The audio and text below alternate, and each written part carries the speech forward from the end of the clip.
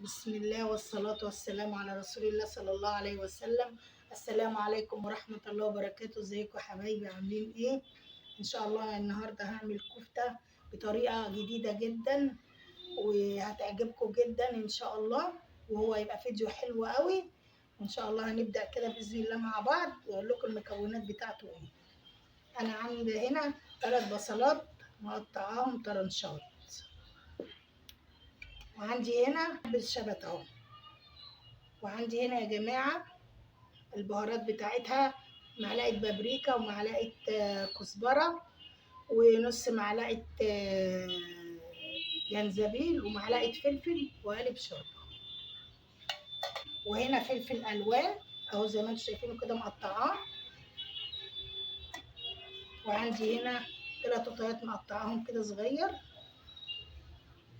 وهي اللحمة أنا حطيت أهي، عملناها لحمة مفرومة أهي، وبشرت عليها بصلاية وهحطها بقى ايه، بوريها لكم هعملها ازاي. وهنا انا عندي ميه بصل حاطه عليها معلقه طماطم، وحاطه عليها حبه فلفل اسمر ومعلقه زيت. دلوقتي ان شاء الله هنسمي الله واقول بسم الله وابدا. هنبدا ان شاء الله بعمل الكفته الاول. اللحمه دي يا جماعه نص كيلو.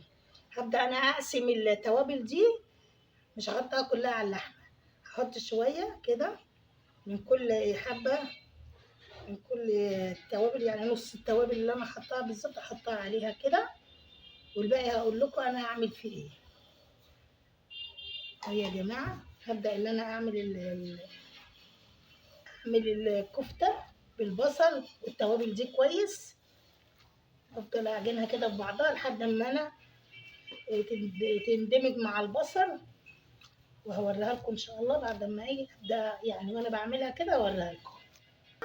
انا كده عملت عجنت اللحمه مع البصل كويس قوي لحد ما يندمجوا مع بعض كده كويس اهو. وهركنها بقى كده، وهاجي هنا يا جماعه احط البصل ده اللي انا مقطعاه كده اهو، واحط عليه بقيه التوابل اللي كانت معايا كده. بسم الله.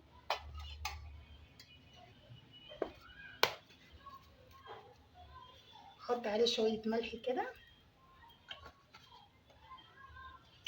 وهبدا ان انا ادعكهم مع بعض كويس كده.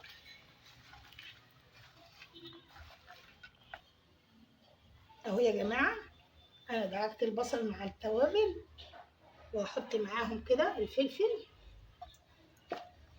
ونقلبهم كده مع بعض،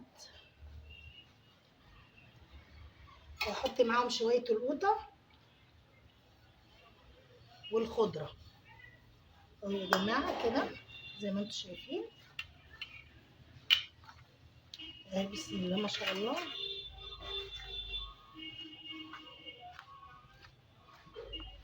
بخلطهم انا كده مع بعض زي ما انتم شايفين كده، وبحط عليهم بقى معلقتين زيت اهو. بصوا يا جماعه حوالي كده معلقتين زيت اهو، واقلبهم تاني كده مع بعض.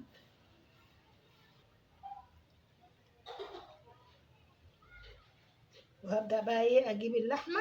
انا بعد بقى اللحمه ايه، بعد ما انا ركنتها شويه هبدا اقطعها كده يا جماعه.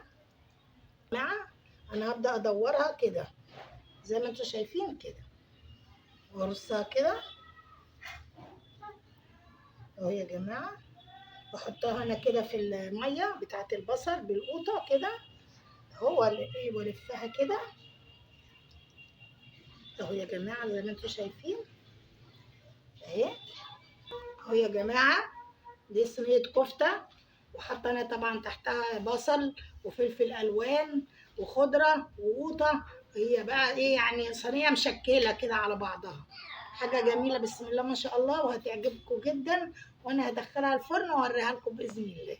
هي استوت، بصوا بقى الجمال والحلاوه والريحه اللي مفوحه الدنيا. ايه رايكم؟ حاجه بسم الله ما شاء الله عليها.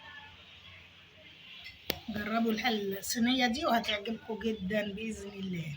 ما تنسوناش يا جماعه في اللايك والاشتراك في القناه. القناة ان شاء الله عشان يوصل لكم مننا احلى جديد.